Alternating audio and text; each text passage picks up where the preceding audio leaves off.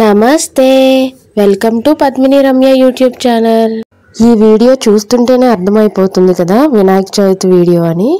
వినాయక చవితి ముందు రోజైతే చాలా హడావిడిగా ఉంటుంది కదా.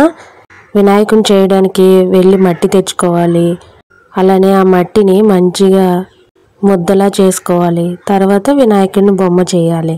మేమైతే ముందు మా దగ్గరలో ఉండే ప్లేస్ నుండే తెచ్చేసుకున్నాము మట్టి. అయితే ఆ మట్టి బాగుంది కానీ మా అమ్మగారు అయితే వద్దన్నారు. ఇంకేం చేసామంటే మేము గోదావరికి వెళ్ళి మళ్ళీ తెచ్చుకున్నాము మట్టి. ఆ మట్టిని ఇంటికి తెచ్చినాకైతే ముద్దల కింద పిసుక్కొని బొమ్మ చేయడానికి వీలుగా తయారు చేసుకున్నాము. ఇంకా బొమ్మ చేయడం అయితే ఈవినింగ్ స్టార్ట్ చేసింది. ఈవినింగ్ నుండి నైట్ వరకు చేస్తూనే ఉంది. నన్నేమో లడ్డు చేయమంది, నా వల్ల కాదని నేను చేతులు ఎత్తేసాను. మా అమ్మగారిని అయితే లడ్డు చేయమంటే లడ్డు ప్రాసెస్ కూడా స్టార్ట్ చేశారు. ఇక్కడ వినాయకుడు బొమ్మ చేస్తూ అక్కడ లడ్డు కూడా చేస్తూ ఉన్నారు మా అమ్మగారు. ప్రతి సంవత్సరం వినాయకుడు బొమ్మ మా సిస్టరే చేస్తుంది. తనకి చిన్నప్పటి నుండి చేయడం అలవాటు. నేనైతే 1 సంవత్సరం అనుకుంటా చేశాను వినాయకుడి బొమ్మని. ఈ సంవత్సరం కొత్తగా బొమ్మ అంతా మా సిస్టర్ చేసేస్తే నేనేం చేశానంటే నడుముకి పామును పెట్టాను. కొత్తగా ఎప్పుడూ పెట్టలేదు. ఇంకా చేతిలో గిన్నె 3 రకాల ప్రసాదాలలా కూడా చేశాను. ఉండ్రాళ్ళు, ఆరది, గారెలు. అవి చేస్తున్నప్పుడైతే నా చిన్నప్పటి జ్ఞాపకాలు గుర్తుకొచ్చాయి. మట్టితో గిన్నెలని, ప్లేట్స్ అని అలా చేసుకునే వాళ్ళము. ఇంకా నేను మట్టితో స్వీట్స్ కూడా తయారు చేసేదాన్ని, కాజాలు, బాదుషాలు అని. అవన్నీ గుర్తొచ్చాయి నాకు. మా సిస్టర్తో చెప్పుకుంటూ అవి చేస్తూ ఉన్నాను. మా సిస్టర్ ప్రతి సంవత్సరం మాకొక్కలకే వినాయకుడి బొమ్మ చేయదు, మా చుట్టుపక్కల ఉండే వాళ్ళు కూడా అడుగుతూ ఉంటారు చేయమని. వాళ్ళకు కూడా చేసిస్తూ ఉంటుంది. ఈ ఇయర్ కూడా అలానే ఇంకొకరికి చేసి ఇచ్చింది. వినాయకుడి బొమ్మ ప్రతి సంవత్సరం మేమే చేసుకుంటాము, మా సిస్టర్ చేస్తుంది. ఒకవేళ ఎప్పుడో కుదరకపోతే మేము బయట నుంచి తెచ్చుకుంటాం, కానీ ప్రతి సంవత్సరం అయితే మేమే చేసుకుంటాము వినాయకుడిని. నేనైతే పాముకి కృష్ణుని పాదాలు కూడా పెట్టాను. ఇంకా పాముకి మణిని కూడా పెట్టేశాము. కళ్ళు కూడా నేనే వేశాను. ఇంకా మిగతా డెకరేషన్ అంతా మా సిస్టరే చేసుకుంది.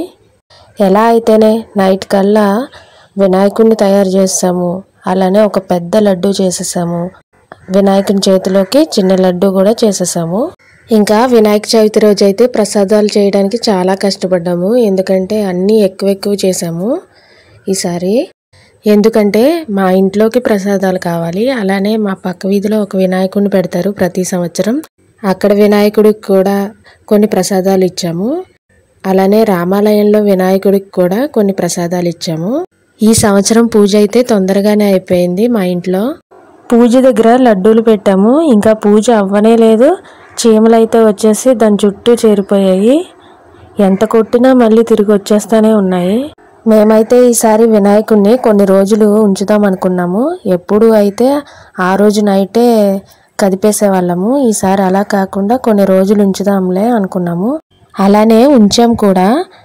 ఇంకా 5th డేన మా అత్తమ్మ గారు చనిపోయారు. ఇంకా ఆ రోజైతే దేవుణ్ణి ఎత్తేసాము మేము.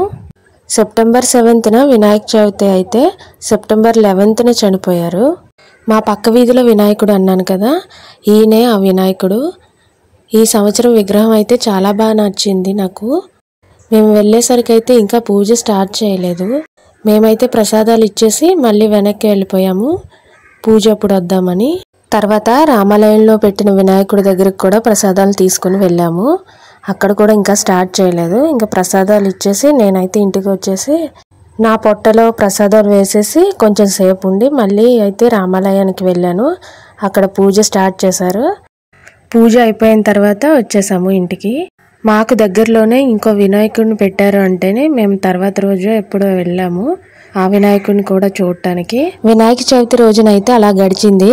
ఇంకా నైట్ అయితే నేను బయటికి రాను మ్యాక్సిమము. ఎందుకంటే చందమామని చూడకూడదు అంటారు కదా. నేనైతే ఏది చెయ్యొద్దు అంటే అదే చేస్తాను. అందుకే బయటకు వెళ్ళకుండా ఉంటాను లోపల. మా వినాయకుడి బొమ్మ ఎలా ఉందో, మట్టితో గిన్నెలు చేసి చిన్నప్పుడు ఆడుకున్నారా అది కూడా కామెంట్ చేయండి.